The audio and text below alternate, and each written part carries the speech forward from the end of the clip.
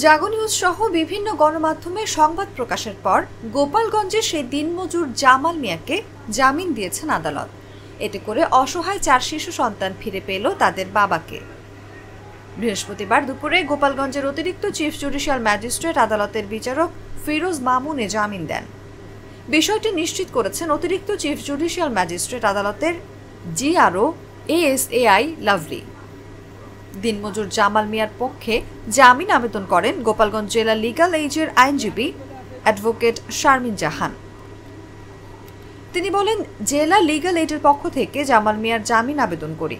বিচারক আমাদের কথা বলার আগেই নথি হাতে পেয়ে জামিন মঞ্জুর করেন। হয়তো বিচারক আগে থেকেই জামাল মিয়ার 4 বাচ্চার সংবাদটির বিষয়ে অবগত ছিলেন।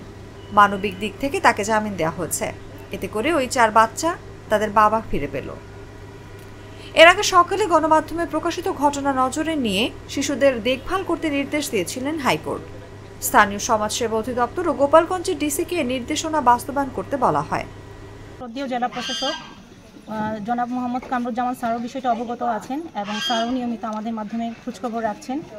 আমরা আজকে প্রাথমিকভাবে উপজেলা সমাজসেবা কর্মকর্তা কার্যালয়ের মাধ্যমে 10,000 টাকার একটি চেক এবং প্রকল্প বাস্তবায়ন কর্মকর্তার কার্যালয়ের মাধ্যমে শিশু খাদ্যসহ বাচ্চাদের রেগুলার ওয়ারিং এবং শীতের পোশাক, বেবি ব্যাড সহ বিভিন্ন শিশু সামগ্রী নিয়ে আসছি। এই কথাটি বলতে চাই, 13 বছর বয়সী সাজ্জাদ এখন শুধু তার 3 বোন নিয়ে একা নয়, উপজেলা প্রশাসন কোটালীপাড়া আমরা তাদের পাশে রয়েছি। বৃহস্পতিবার বিচারপতি ফারাহ মাহবুব ও বিচারপতি দেবাশিস রায় চৌধুরীর হাইকোর্ট বেঞ্চ স্বতঃপ্রণোদিত হয়ে এ আদেশ দেন।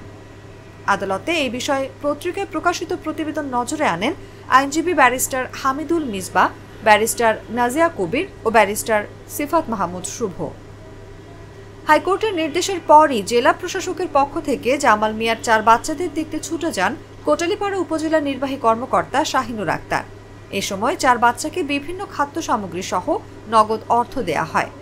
এখন বাচ্চাদের জন্য উপজেলা প্রশাসনের পক্ষ থেকে আমাদের যতটুকু সাপোর্ট দেওয়ার আছে আমরা সবসময় সেই সাপোর্টটা দিয়ে যাব।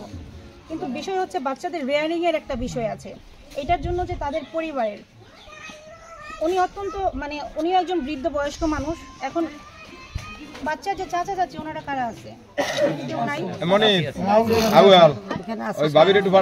আপনারা যারা আছেন এখন হচ্ছে বা এখানে যে আশেপাশে আপনারা যারা আছেন কেউ না কোনোভাবে সবাই কিন্তু সবার সাথে আত্মীয় সম্পর্কিত।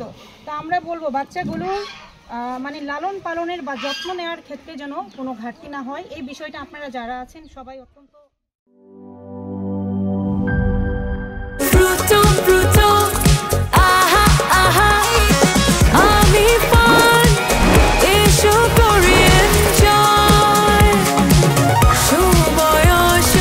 প্রাণ ফ্রুটো, সময় অসময় ফ্রুটোময়।